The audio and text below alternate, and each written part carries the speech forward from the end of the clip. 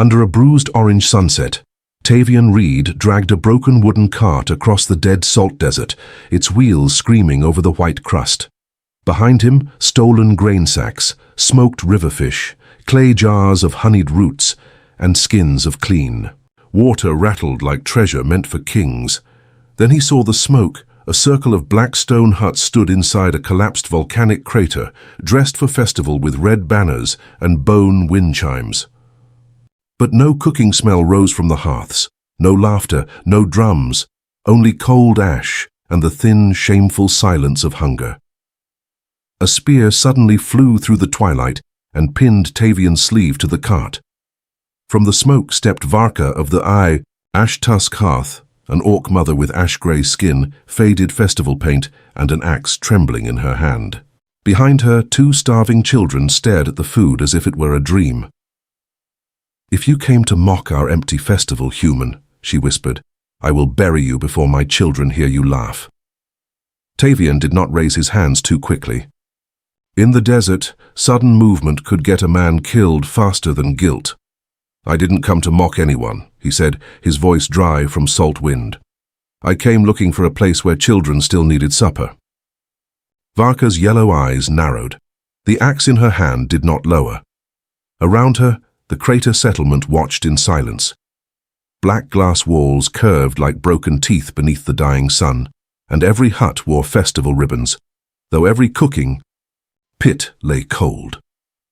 Bone wind chimes clicked above the doorways, making the hunger feel almost ceremonial. Tavian knew that kind of silence. Once, he had been an engineer in Vel Samar, the Empire's shining canal city. He had designed water gates, flood channels, and stone wells that could make dead land bloom. Then the Empire ordered him to divert water from poor villages to noble estates. Tavian refused. When famine came, they blamed him, branded him a thief, and threw him into exile. Since then, he had survived by repairing forgotten wells and stealing food from imperial caravans. But the orcs did not know that. To them, he was only human. A small orc boy stepped from behind Varka, thin arms folded over his ribs. "Humans burned our hunting ground," he hissed. Tavian looked at the empty festival table behind them, then at the food in his cart. "They burned my home too," he replied. The wind moved through the crater, carrying ash, salt, and the first faint smell of rain that had not yet fallen. Varka stared at him for a long moment. Then, without lowering her axe, she said, "One wrong move, human, and your feast becomes your funeral." Tavian nodded once, slowly enough that no one mistook it for confidence. "Fair," he said. Varka stepped aside only half a pace, leaving just enough room for him to pass between her axe and the spear, still pinning his sleeve to the cart. Tavian reached up, tore the cloth free, and pushed the cart toward the largest hut near the center of the crater. The hut was built from black volcanic stone and patched with sun-bleached hide. Red festival ribbons hung over the doorway, but they were faded and stiff, as if they had been tied there more out of duty than hope. Inside, the air was cool and dim. A dead cooking pit sat in the center, surrounded by clay bowls, cracked wooden spoons, and a long stone table polished by generations. Of hands, no crumbs, no grease stains, no smell of old meals, only ash. Tavian stopped at the threshold. Varka turned sharply. "Why are you waiting?" He glanced at the floor markings near the door. 3 curved lines cut into the stone, filled with old red pigment. "A Hearth-Line," he said. "I don't cross unless invited." The hut went still. Even the bone chimes outside seemed to hush. Marak, the blind old orc seated near the cold pit, lifted his wrinkled face. His cloudy eyes stared past Tavian, but his ears tilted toward him, with sudden interest. "Who taught a human that?" the elder asked. Tavian swallowed. "A woman from the eastern wells. Years ago. She said a hungry home may accept food from anyone, but only family or invited guests may step over the Hearth-Line." Marak's cracked mouth trembled. "And did she teach you the guest words?" Tavian hesitated, feeling Varka's gaze burn. into him. Then he spoke softly. No flame is stolen when bread is shared. The old orc's breath broke. For the first time, Varka's axe lowered an inch. Bring it in, she said. Tavian entered. The children followed him like wolves following. Wounded prey. Nero stayed closest to the food sacks, his yellow eyes sharp and suspicious. Sarave, taller and older, kept one hand on a bone-handled knife tucked into her belt. Her cheeks were hollow, but pride kept her chin high. Tavian began unloading. The feast onto the stone table, a sack of black grain, 3 bundles of smoked riverfish wrapped in wax cloth, clay jars of honeyed roots, a pouch of desert salt, dried figs, 2 skins of clean water. At the sight of the water, Sarave's mask slipped. Her lips parted. Nero took 1 step forward before catching himself and pretending he had not. Varka noticed. Shame darkened her face, more than anger ever could. We do not beg, she said. I know, Tavian replied. That's why I brought enough to cook, not enough to toss like scraps. Her eyes narrowed again, but this time she did not threaten him. Tavian crouched beside the cooking pit and examined the old festival stove. It was a clever thing, built from carved stone vents and copper channels designed to spread heat evenly, beneath several pots. But the main heat ring had cracked and the copper line had split. No wonder you haven't cooked, he muttered. Sarave stiffened. We have no food. And your stove is broken, Tavian said. Even if you had food, half of it would burn and half would stay raw. Nero bristled. You insult our hearth? No, Tavian said, pulling a coil of copper wire from his tool roll. I'm asking permission to repair it. The boy blinked, confused by the difference. Varka folded her arms. Why? Because a feast should taste like a feast. The answer was simple enough to sound dangerous. For several breaths, no one moved. Then Marak tapped his wooden staff against the floor. Let the human touch the stones, the elder said. If he ruins them, Varka can still break his hands after supper. Nero gave a small snort before he could stop himself. It was not laughter, but it was close enough that the hut changed. Tavian worked by fire spark and fading red moonlight. He cleaned ash from the vents, tightened copper seams, and sealed the cracked heat ring with clay and salt. His fingers were quick, careful, almost tender. The orcs watched him as if he were performing a spell. When the stove finally breathed, again, the first flame curled blue, then orange. The sound was tiny, a soft whoomph. But to the starving family, it felt like thunder. Varka turned away quickly, pretending to check the doorway, but Tavian saw her wipe one eye with the heel of her hand. Don't waste the flame, she said roughly. So they began. Sarave took the smoked fish outside and scraped it clean with her knife beneath the violet dusk. Nero crushed herbs in a stone bowl, though he kept sneaking glances at Tavian as if expecting him to vanish with the food. Varka mixed black grain with water, kneading dough with powerful hands that had once held weapons more often than bread. Tavian sliced the honeyed roots and placed them into a clay pan. Soon, the hut filled with sounds it had almost forgotten.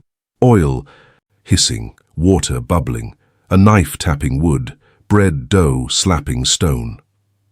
Outside, the bone chimes clicked in the wind, but now they sounded less like warning and more like rhythm. The smell came next. Rich fish smoke.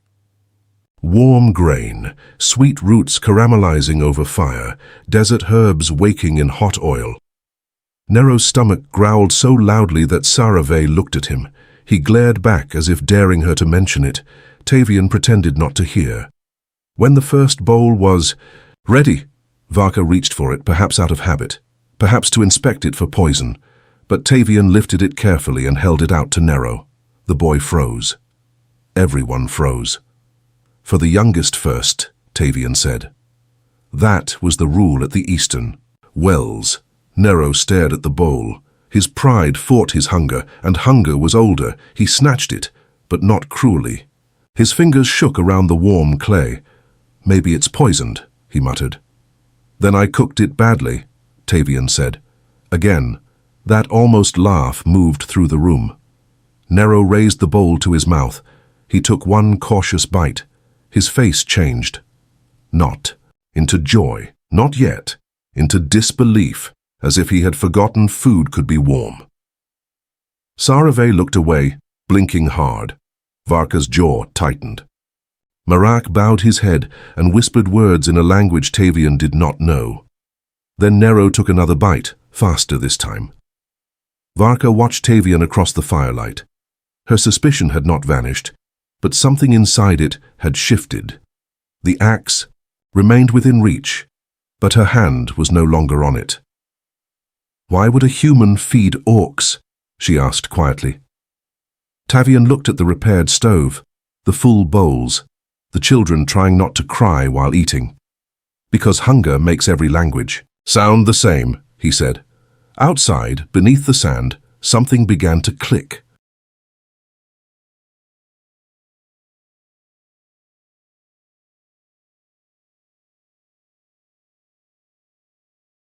Tapped together beneath the floor. Nero stopped eating. Sarave's hand moved to her knife. Varka turned toward the doorway, her face hardening so quickly that Tavian understood the sound was not new to them. Marak whispered, "The Hollow Locusts have smelled the empty years." Tavian looked down at the stone floor. "Locusts?" "Not the kind that eat crops," Sarave said. Her voice had lost its pride. "The kind that come when a hearth stays hungry too long." Outside, the red festival moon lifted above the crater rim, swollen and blurred behind ash clouds. Its light poured through the doorway and painted the hut in the color of old blood. The bone chimes began to rattle, though the wind had died. Varka took the bowl from Nero's shaking hands and set it back on the table. "Eat," she ordered, but her voice was softer than before. "Fear fills no belly." Marak leaned closer, to the fire. Flames reflected in his clouded eyes. "Long ago," he said, "before humans drew borders and orcs sharpened grudges, the Ember Moon festival began with a stranger. The first Ash-Tusk family had nothing but one loaf of black bread and a dying flame. A traveler came from the salt flats, starving. They fed him before themselves. By dawn, rain filled the crater, and the desert spirits marked this hearth as sacred." Tavian listened while checking the cracks in the stove again, his engineer's mind catching on details even as dread thickened the air. "So the festival is about feeding strangers. It is about proving hunger has not made beasts of us," Marak said. Varka's expression tightened. The word struck something hidden in her. Sarave noticed too. "Grandfather," she warned, but Marak continued, as if the old story had waited too long to be spoken. "An empty table on Ember Moon invites the Hollow Locusts. They come for houses where hope has gone cold. They eat memory first, then names, then blood." The clicking beneath the sand grew louder. Tavian felt the children trying not to look afraid. He turned to Varka. "Then we finished the meal. All of it, fire-lit, table full, family fed." Varka stared at him. "You speak as if the old laws will listen to a human." "I've seen water flow through stone because someone remembered where the channel was," Tavian said. "Maybe laws are the same." For a moment, only the fire answered. Then Varka sat slowly at the table, but she did not eat. Her broad hands rested beside the bowl, scarred and tense. "My mate believed in shared roads," she said at last. "Orc. Caravans. Human wells. Grain passing both ways through the desert. He guarded a tribute wagon meant for both peoples." Her voice lowered. "Commander Rusk called it theft. He burned the wagon, took the grain, and left my mate hanging from an iron post as a warning." The hut seemed to shrink around the confession. Nero's eyes filled with a child's old hatred. Sarave stared into the fire, jaw clenched until it shook. Varka pulled back her sleeve. Beneath her wrist, Tavian saw the brand he had noticed. Before, a cruel imperial mark burned over an older symbol. "They branded me as a grain thief's widow," she said. "Other clans feared helping us. Human villages feared trading with us. so our hunting grounds emptied, our wells cracked, and our festival table stayed bare. Tavian felt the heat leave his own face. The grain I brought, he said slowly, came from Rusk's caravan. Varka's eyes snapped to him. I stole it 2 nights ago, he continued, from the imperial storehouse at Blue Lantern Pass. I thought it was hoarded famine grain. Marak turned his blind face toward him. Did the sacks bear a mark? Tavian reached for one of the emptied grain sacks and held it near the fire. On the rough cloth, half hidden beneath imperial black ink, was an older red stamp, a tusk curved around a flame. Marak's hands began to tremble. Sarave stepped closer. That is ours? Royal Hearth tribute, Marak whispered, stolen before it reached us. Varka stood so abruptly her bowl tipped over, spilling broth across the table. Outside, far beyond the crater, iron bells began to ring. Tavian knew that sound. Not spirits. Soldiers. Along the rim of the volcanic bowl, blue lanterns appeared one by one, cold and sharp against the red moon. Men in imperial armor marched between them, crossbows raised, their boots grinding loose ash down the slope. Commander Ilvan Rusk's voice rolled into the crater. Tavian Reed, he called. Return what you stole, and I may only hang the orcs who sheltered you. Nero grabbed Varka's arm. Sarave lifted her spear. The Hollow Locusts clicked beneath every hut now, waking in the dark like a buried storm. Tavian looked from the stolen tribute to the starving family, then to the soldiers closing in. The feast had not saved them. It had summoned every debt at once. Commander Ilvan Rusk descended the crater path with 20 soldiers behind him, their blue lanterns turning the black volcanic walls into cold glass. Crossbows pointed toward the huts. Iron boots crushed festival ribbons into the ash. Tavian stepped out first. The red moon hung above him like an open wound. Behind him, Varka's family gathered at the doorway. Nero clutching a half-eaten bowl, Sarave with her hunting spear, Marak leaning on his staff, and Varka standing silent with her axe lowered but ready. Rusk smiled when he saw the food spread across the stone table inside. So it is true, he said. The Exile feeds beasts with imperial grain. It was never yours, Tavian replied. Rusk's smile faded. One soldier dragged forward an empty grain sack and held it up. The imperial black seal was clear, but beneath it, in faded red, burned the curved tusk and flame of Ash-Tusk hearth. Varka's breath caught. Marak lifted his blind face toward the moon. Royal tribute, he whispered. Returned under festival fire. Rusk turned sharply. Silence, old Tusk. But Marak's voice rose, thin yet powerful, echoing against the crater walls. By the old treaty of salt and ember, grain marked with the hearth flame belongs to the bloodline that keeps the crater. If returned on Ember Moon by a stranger's hand, the feast must be witnessed, not seized. The soldiers shifted uneasily. Rusk's jaw tightened. There is no royal bloodline here, only scavengers. Varka stepped into the moonlight. For the first time, she pulled away the ragged scarf, wrapped around her throat.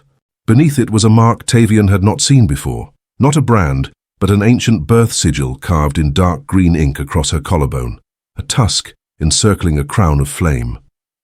The crater went silent. Even the hollow locusts beneath the sand paused, as if the buried things were listening.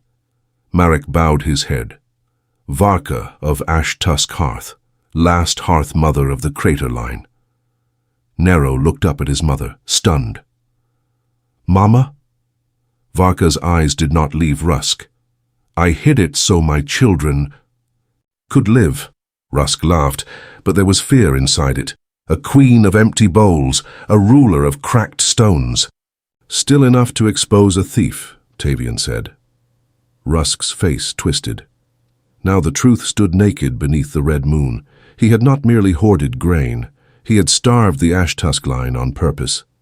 If Varka completed the Ember Moon rite with Vice, the returned tribute, her claim to the crater, the wells, and the old trade roads would awaken again. Rusk's stolen stores, his military command, and every lie built on famine would collapse. So he raised his hand. "Burn the table," he ordered. The soldiers hesitated. Rusk drew his own crossbow and aimed at the hut. "Burn it, or be named. Traitors with them." A flaming bolt flew. Varka moved before Tavian could breathe.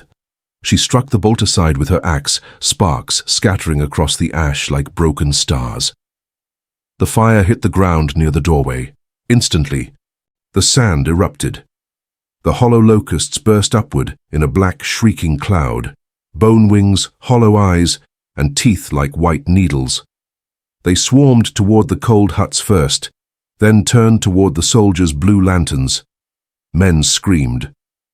Crossbows fired blindly. In the chaos, Rusk pointed at Tavian. "This is your doing!" "No," Marak shouted over the storm of wings. "This is hunger answering the man who made it." Inside the hut, the festival fire flickered. The feast waited unfinished on the stone table.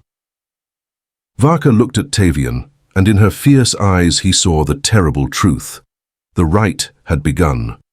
But if it was not completed before the fire died, the locusts would take the hearth, the family, and every name Ash-Tusk had left. The locusts struck the crater like a living storm.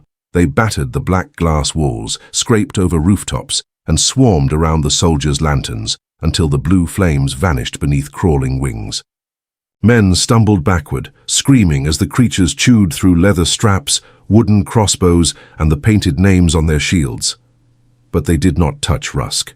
He stood behind the chaos, smiling with a pale, terrible calm. Tavian saw it.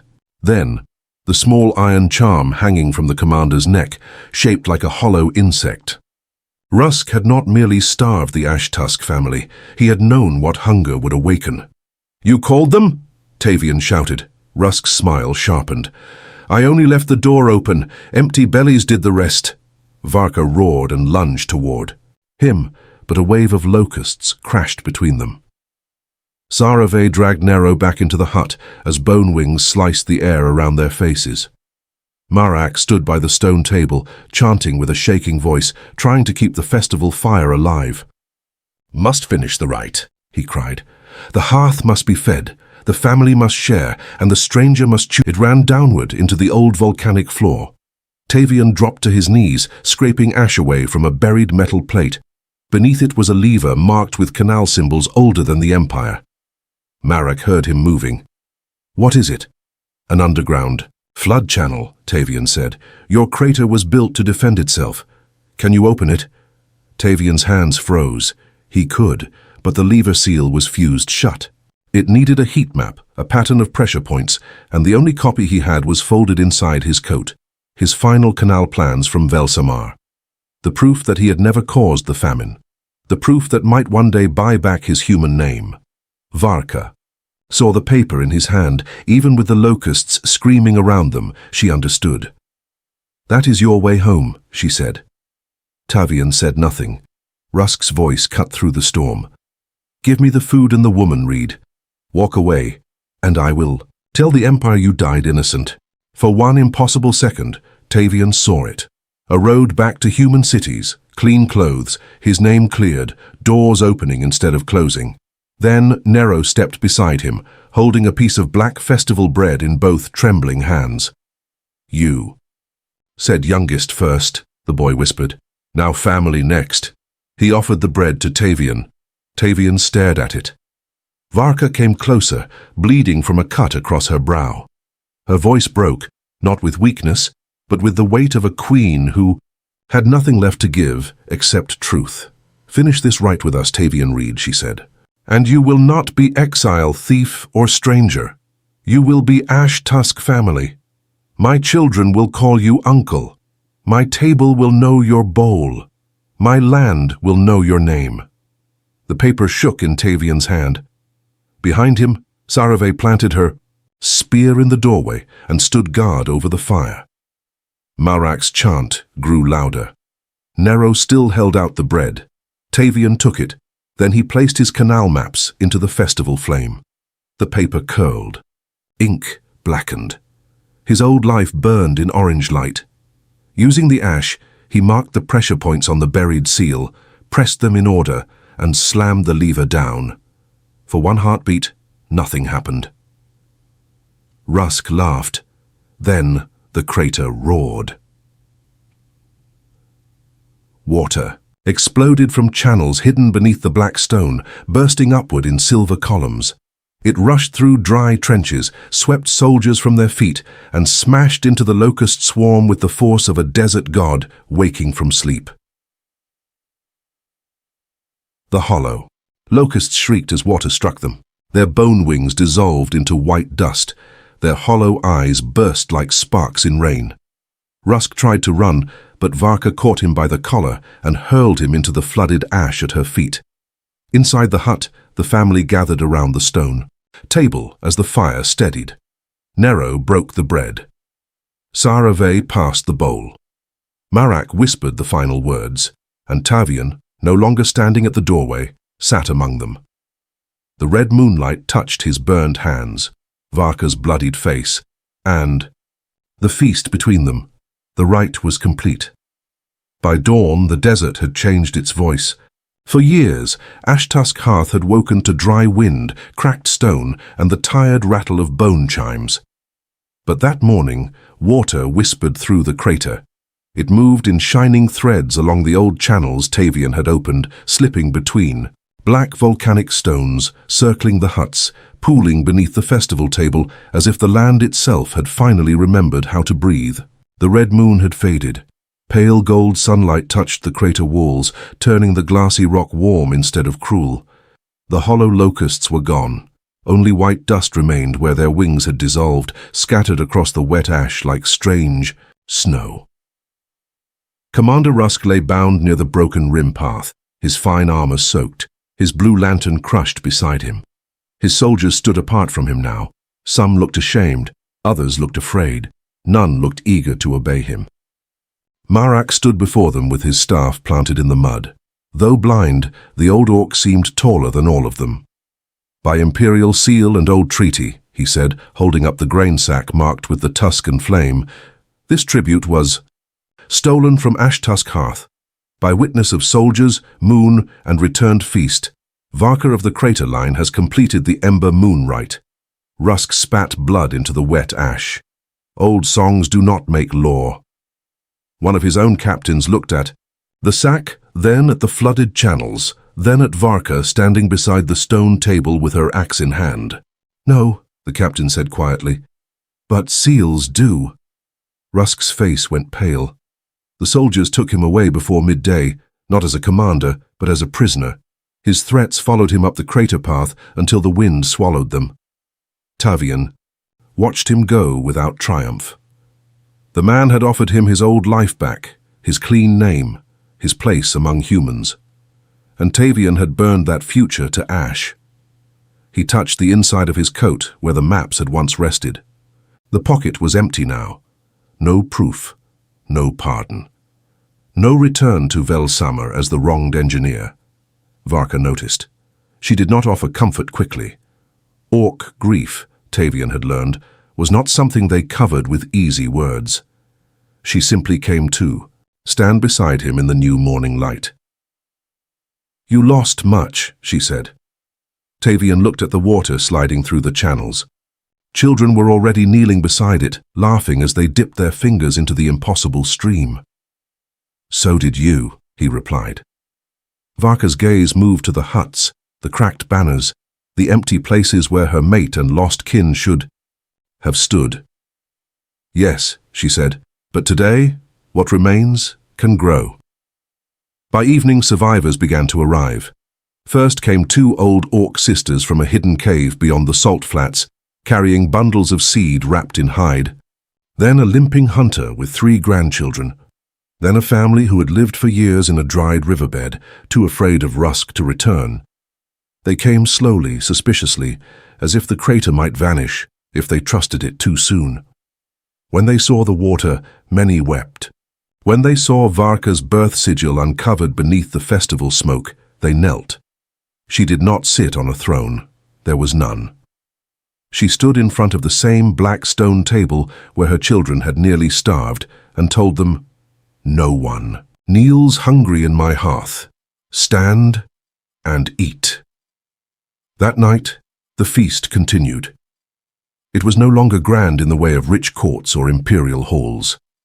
There were no golden plates, no musicians in silk, no towers of fruit from distant valleys. But there was bread. There was fish. There were honeyed roots. There was water enough to boil grain without measuring every drop like blood. And there was laughter. At first, it sounded strange in the crater. Nero laughed when Tavian burned, his fingers on a cooking stone, and tried to pretend he had not. Sarave laughed when one of the old sisters declared Tavian too thin to be useful and dropped a second bowl into his hands. Even Varka laughed once, low and brief, when Marak announced that the human repaired stoves better than he repaired his own sleeves. Tavian sat near the fire, surrounded by voices he had never expected to understand, and felt something inside him ache. Not from loneliness, from the end of it. Later, when the stars had sharpened over the desert, Marak called for silence. The old orc placed a shallow stone bowl in the center of the table. It was filled with water from the newly awakened channel, black grain, and a pinch of white dust from the dead locusts. The bowl of second blood, Marak said, for those not born to a hearth but chosen by one. Tavian looked at Varka. This is not a small thing, she said. Once done, Ash-Tusk enemies become yours. Ash-Tusk hunger becomes yours. Ash-Tusk dead become yours to remember. And the table? Tavian asked. For the first time, Varka's hard face softened. The table becomes yours too. Nero stood beside her, trying to look solemn and failing. Sarave kept her arms crossed, but she gave Tavian a single nod. Tavian held out his hand. Varka cut her palm first. Tavian cut his thumb with the same blade. Their blood fell into the bowl, darkening the water. Marak stirred it with a piece of festival bread, then pressed the wet mark onto Tavian's brow. Not guest, the elder said. Sarave touched his shoulder. Not prisoner. Nero grinned. Not very smart either. Varka placed her blood-marked hand over Tavian's heart. Family, she said. The word was heavier than any title the Empire could have returned to him. Months passed. Ash-Tusk hearth grew green in narrow lines around the water channels. Trade fires appeared, again along the old desert roads. Human villages, cautious at first, began sending tools in exchange for grain. Some still called Tavian traitor, some called him dead. A few whispered that the exiled engineer had chosen monsters over mankind. Tavian did not argue. Each evening, he repaired wells, taught children how to read watermarks in stone, and sat at Varka's table when the cooking smoke rose. On the next Ember Moon, the crater was full. Red light spilled over black glass walls. Drums echoed into the desert. Bread passed from orc hands to human hands and back again. Above the hearth hung Tavian's old brass compass, warped by fire, its needle frozen forever. It no longer pointed toward Velsamar. It pointed down, toward the table, toward the water. Toward the small orc boy reaching for the same piece of bread as Tavian, their hands meeting in the warm festival light. And for the first time in his life, Tavian did not wonder where home was.